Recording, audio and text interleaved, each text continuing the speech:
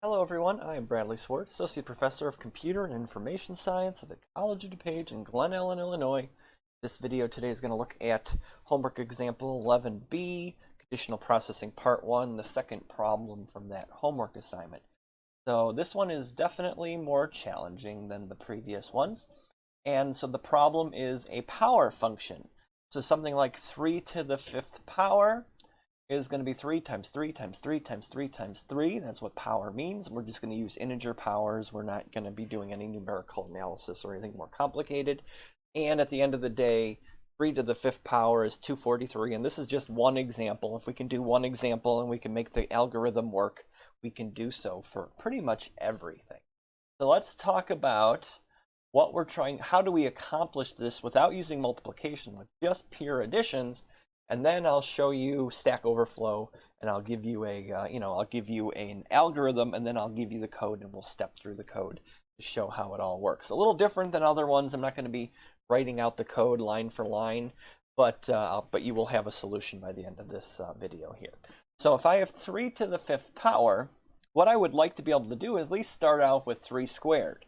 I would like to say, 3 to the 2nd power, which is 3 times 3, right? Because I want to get to 9, and then I want to work my way up from 9 to 27, and then 27 to 81, and 81 to 243. So how do we get there, right? That's the question, 3 times 3. But again, we don't have access to multiplication. So 3 plus 3 plus 3 is what will get me to 9.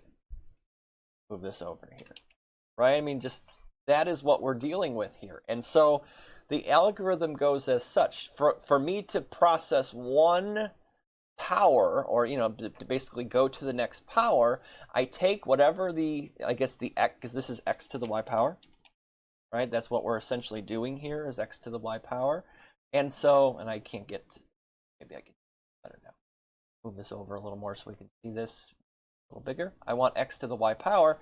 So what I'm going to do is I'm going to take x, which in this case is 3, and I'm going to add it to itself x minus 1 times, 2 times.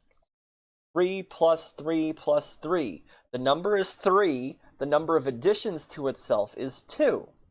And you say, that sounds crazy. Well, what if I do 5 plus 5 plus 5 plus 5 plus 5? That should get me 25, right? I mean, we can all agree that is 25. And so if x is the value, there's x minus 1, 1, 2, 3, 4 additions. It doesn't matter what the positive integer is, as long as, 0 doesn't count. We're not going to worry about all those overflows or underflows or things like that. But for my x value, for me to get this, to square it, I need to take my x value and add it to itself x minus 1 times. So that's how the inner loop of this whole thing works. That's how I get from 1 power, or that's how I get 1 power calculated. And so now, how many times do I have to do this? And so now, if I had to do x, the inner loop is x minus 1 iterations every time through the loops. But now there's a second loop, right? Because I need to go from 9 all the way up to somehow from 3 to 9, and then work my way all the way up to 243. So there's going to be an outer loop, but the question is, how many iterations is that going to take? And so now the algorithm goes as such. This is the inner loop every time, but now next time through, instead of using 3 for my additions, I'm going to use 9. And the tricky part here is you're like, well, what, 9 plus 9 plus 9 plus 9 plus 9 plus 9? And you go, well, yeah, but I'm not trying to square it. It feels like I'm trying to square it just because I did it here. But I'm just trying to turn 9 into 27 because that's what 9 times 3 is. I'm not trying to do 9 times 9. I'm trying to do the next multiplication by 3. So I'm trying to do 9 plus 9 plus 9. And that's why I'm saying every inner loop uses the original x minus 1's iteration. Maybe I subset this and I say x original. So every inner loop is 2 additions. This gets me to 27. And now I take my 27 and I go 27 plus 27 plus 27. And that gets me to 81. And then the final iteration here, 81 plus 81 plus 81, gets me to my 243, which is my solution. And so every time, every one of these is the same. It's just the number is changing, right? That we can all agree on that as we're watching this now. And so 9 plus 9 plus 9, 27. 27 plus 27 plus 27 is 81. 81 plus 81 plus 81 is 243. So the original x values minus 1's iterations on the inner loop, but now the outer loop goes 1, 2, 3, 4 times. And it's the same deal here where this is going to be y minus 1 iterations. And I can spell. So this is where it all gets tricky, to, but it ends up working for every value of x and every value of y that's positive, that doesn't overflow, and all of that nonsense. So the outer loop is the outer for loop is going to have y minus 1 iterations. The inner loop is going to have x minus 1 iterations every time through. And as long as we remember to change the addition value at the end of the day, when we fall out of all of these loops, we will have our answer that we can return. So that's the thought process here. And so let me bring this over one more time. I think I can get rid of this now. And here is the code that does all of this, and we'll talk it through here. I will work it through here in a couple seconds on my end. But here, just kind of digest what you see here. It is a lot of work. I mean, it's tricky, but again, I will describe everything. So I did go to Stack Overflow, and I looked up, basically power function using just additions, and I did find this. And so this is, this is a slightly different algorithm than the way I described it, but it gets you to the same place.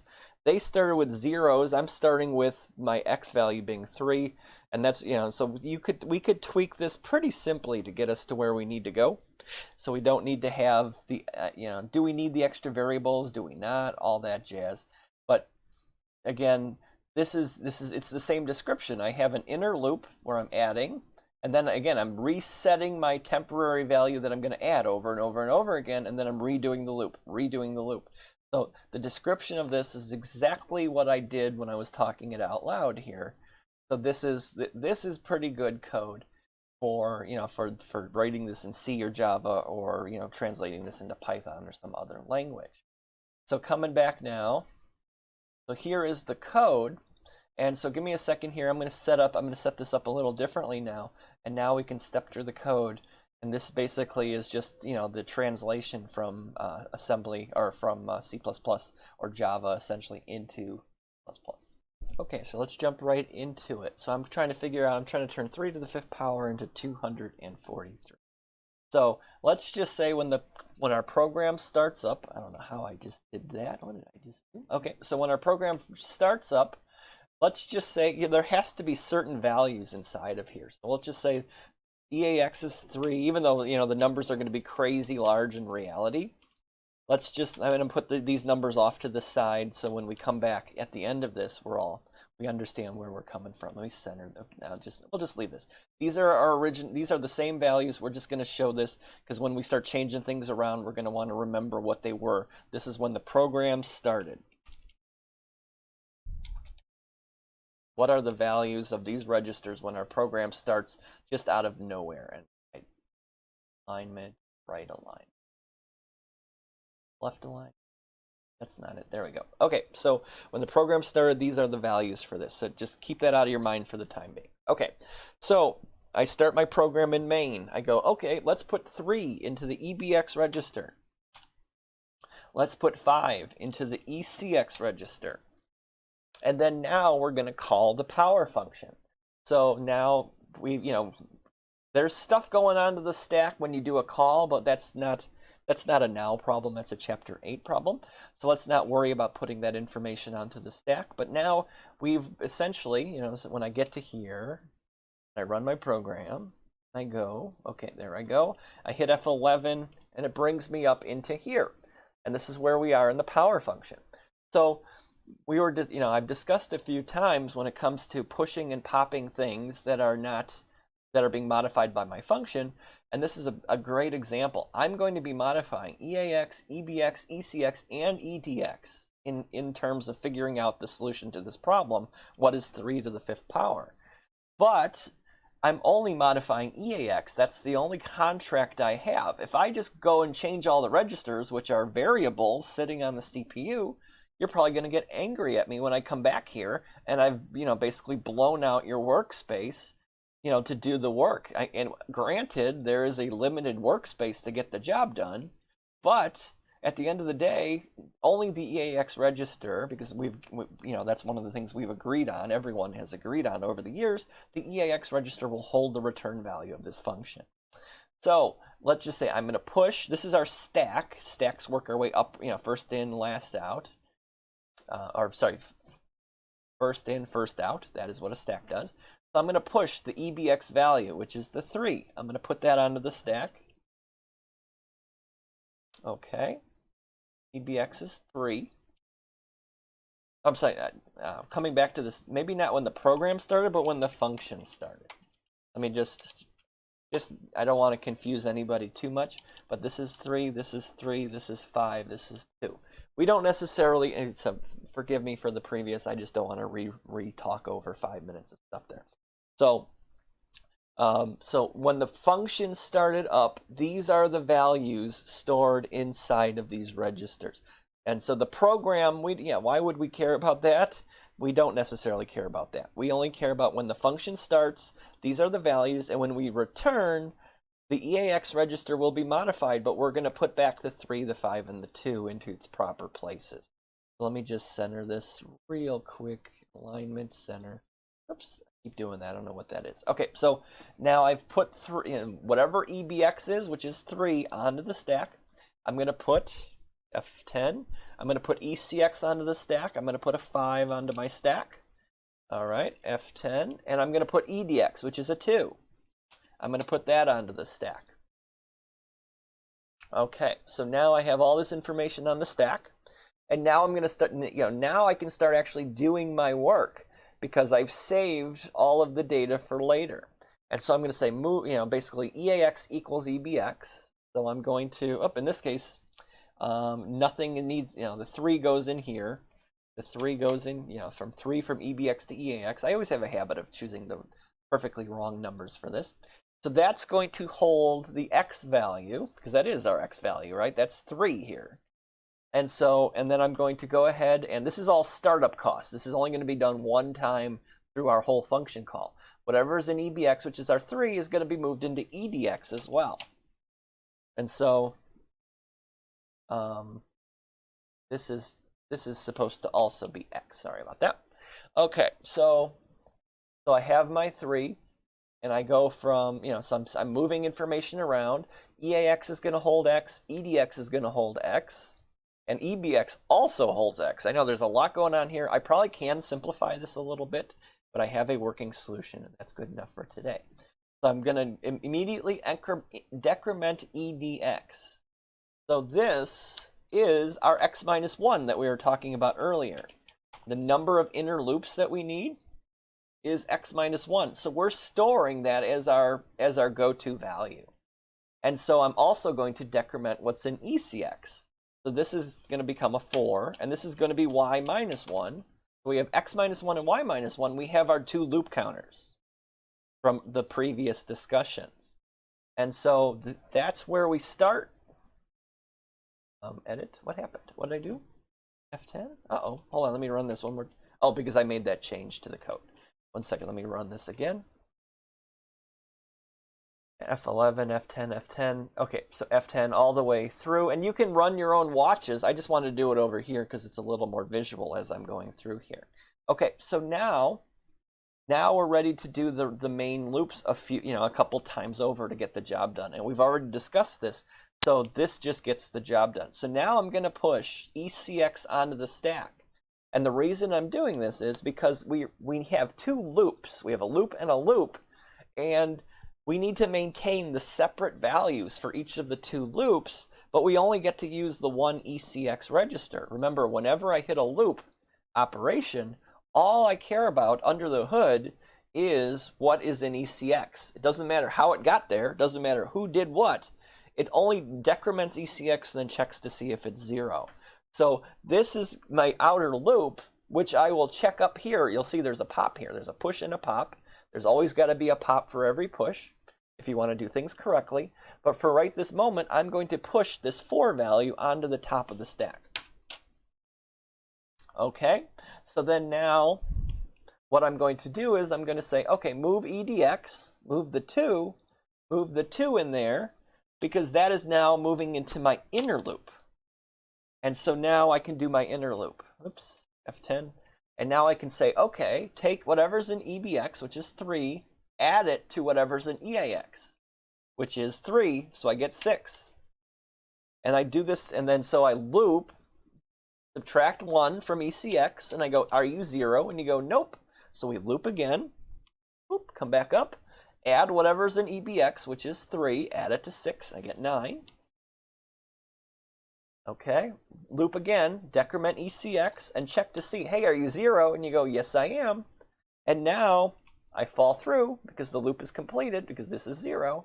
And now I take whatever's in EAX and I copy it over into EBX. Remember, we have to maintain that because we're going to do this, the x minus 1 additions a few times over.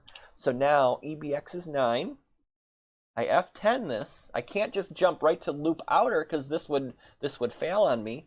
But now I can say, okay, take the top of the stack and push that, or I hate the word push, but pop it into the ECX register. So now this becomes a 4. And this goes away, this because the stack unwinds just a slight bit. And now I go through and you go, now loop outer, decrement ECX 3. And you go, hey, are you 0 yet? And you go, nope. So I'm going to loop back to outer, go all the way up to the top. And now maybe you can see here, now I'm going to push ECX again. This 3 is going to get copied to the top of the stack. I'm going to take the EDX register, which is 2, because we're trying to do 2 iterations of the small loop, the inner loop, and I'm going to move that in here. And now maybe you can start seeing this whole thing come together.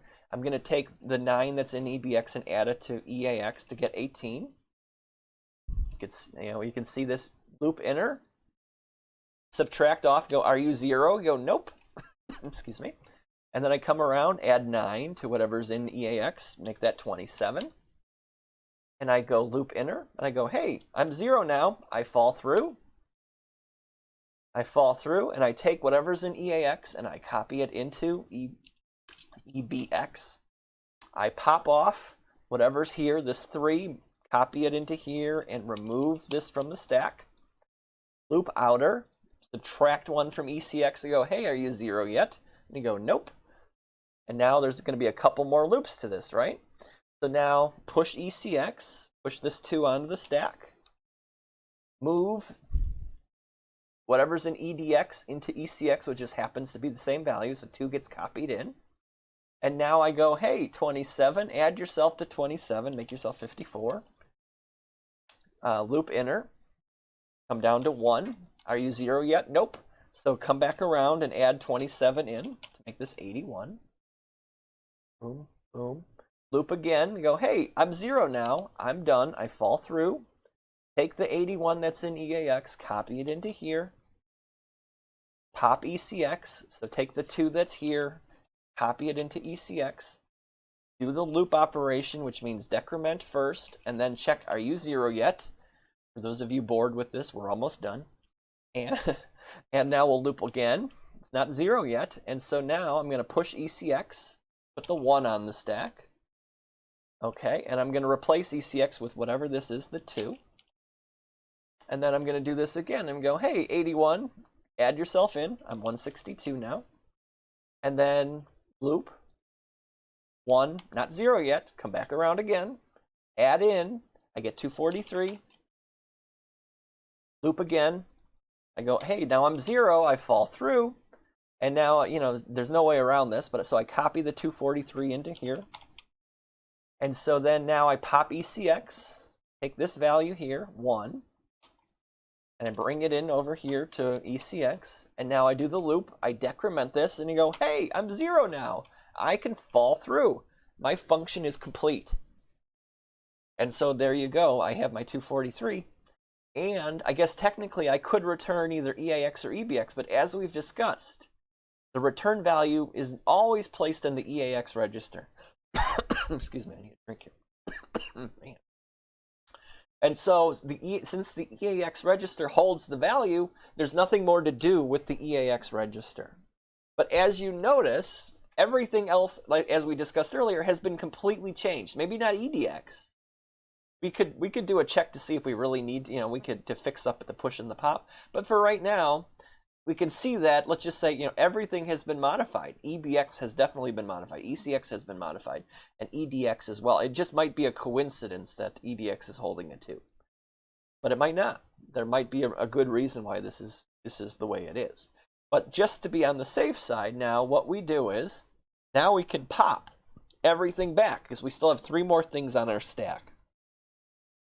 And now, every time you push, you pop back off in reverse order, because it's a stack, first in, first out.